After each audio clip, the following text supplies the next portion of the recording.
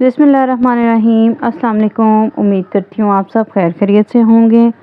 मैं भी बिल्कुल ठीक ठाक हूँ। आज एक नई सुबह का आगाज़ के साथ आपको वेलकम कहती हूँ। आज का टॉपिक है जी, जो माएँ बहुत परेशान हैं अपने बच्चों को बात समझाने की वजह से कि हम उनको किस तरह से समझाएं, उनके एटिकेट्स को कैसे चेंज करें, उनको मैनर्स को कैसे चेंज करें, या उनको कुछ ऐसा अच्छी बातें किस तरह से सिखाएं। सबसे पहला असूल तो यह है कि आप बच्चों के लेवल पर रहकर बात करें, यानी कि आपको खुद बच्चा बनना पड़ता है बच्चों को समझाने के लिए। सादा और बिल्कुल लिमिटेड वर्ड्स यूज़ करें उनको समझाने के लिए। उसके बाद आप खुद को ऐसा उनको शो करें कि जैसे आप भी उन्हीं की एज के हैं, उनकी एज का बनकर उनके सामने पेश होकर तो आप उनको समझाएं और कुछ मिसालें दें, कुछ स्टोरीज़ के थ्रू आप उनको समझाएं। सबसे पहले तो आप उनको डांटना और मारना छोड़ दें बिल्कुल भी, क्योंकि डांट और मार से बच्चे बिल्कुल भी नहीं समझते, बल्कि उनका माइंड जो है और ज़्यादा वीक हो जाता है, क्योंकि बच्चों के सीखने का अंदाज़ मुख्तलिफ होता है। अपने गैर ज़रूरी रौब से अपने बच्चों को दूर रखिए।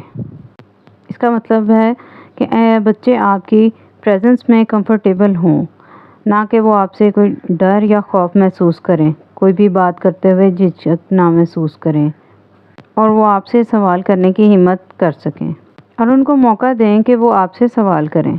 दूसरी बात यह है कि बच्चों की जो लर्निंग है वो हमारी टीचिंग पर ओवरऑल डिपेंडेंट होनी चाहिए। यानी बच्चों को एक मौका ये मिलना चाहिए कि बच्चों के साथ ये तय किया जाए कि चले हम देखते हैं कि हमें क्या सीखने की ज़रूरत है, इसमें हमें ऑलरेडी क्या पता है, इसमें क्या बेहतरी है, और हम कितने अच्छे तरीके से सीख सकते हैं। उनकी स्टार्टिंग यही होनी चाहिए कि आप उनको इजहार का मौका दें, बल्कि आप उनको कुछ सेल्फ लर्निंग के कुछ रूल्स दें। यहाँ पर मैं आपको एक मिसाल के साथ समझाती हूँ कि पेरेंट्स का ये मसला है कि बच्चों को जंक फूड नहीं खिलाना चाहिए, चाहे वो खुद जंक फूड खा रहे हों। और अक्सर माएँ ये शिकायत करती हैं कि बच्चे फल नहीं खाते, फ्रूट्स नहीं खाते, वेजिटेबल्स नहीं खाते, सब्जियों का इस्तेमाल नहीं करते, सब्ज़ी घर में पक जाए तो वो ज़िद करते हैं। अब इस मौके पर माँ बच्चे को कह रही है कि फ्रूट्स खाओ या सब्जियाँ खाओ, और बच्चा ज़िद कर रहा है कि मैंने नहीं खाना मामा, मैंने नहीं खाना। असल में ज़िद बच्चा नहीं कर रहा होता, ज़िद जो है वो माँ कर रही होती है। इसी तरह बहुत सी ऐसी बातें हैं जिसमें बच्चे ज़िद नहीं कर रहे होते, हम खुद ज़िद कर रहे होते हैं।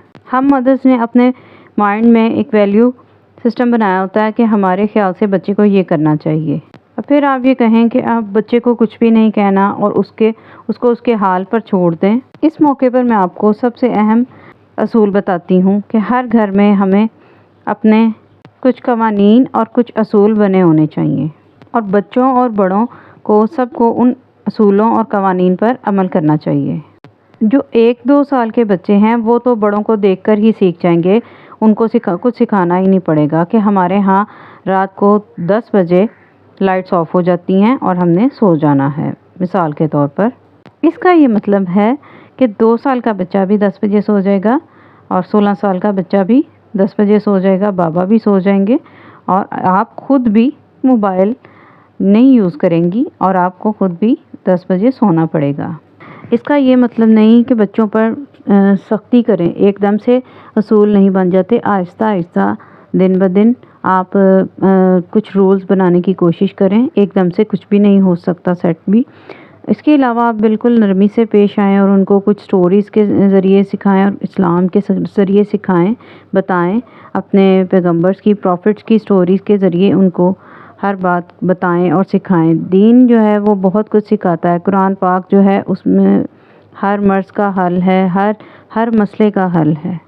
और अगर बच्चा बहुत ज़्यादा ज़िद करता है तो आप उसको सूरत फातिहा अव्वल आखिर दुरूद शरीफ पढ़कर पानी पर दम करके उसको वो पानी पिलाएं सुबह और शाम, तो बच्चा ज़िद करना छोड़ देगा। और हमेशा आयतुल कुर्सी पढ़कर बच्चे को दम करती रहा करें। मेरी वीडियो पसंद आई हो तो ज़रूर सब्सक्राइब कीजिएगा। इसके अलावा अल्लाह ताला हम सब पर अपना ख़ास करम और फ़ज़ल करे। मुझे भी दुआओं में याद रखिएगा। इजाज़त चाहती हूँ। अल्लाह हाफ़िज़।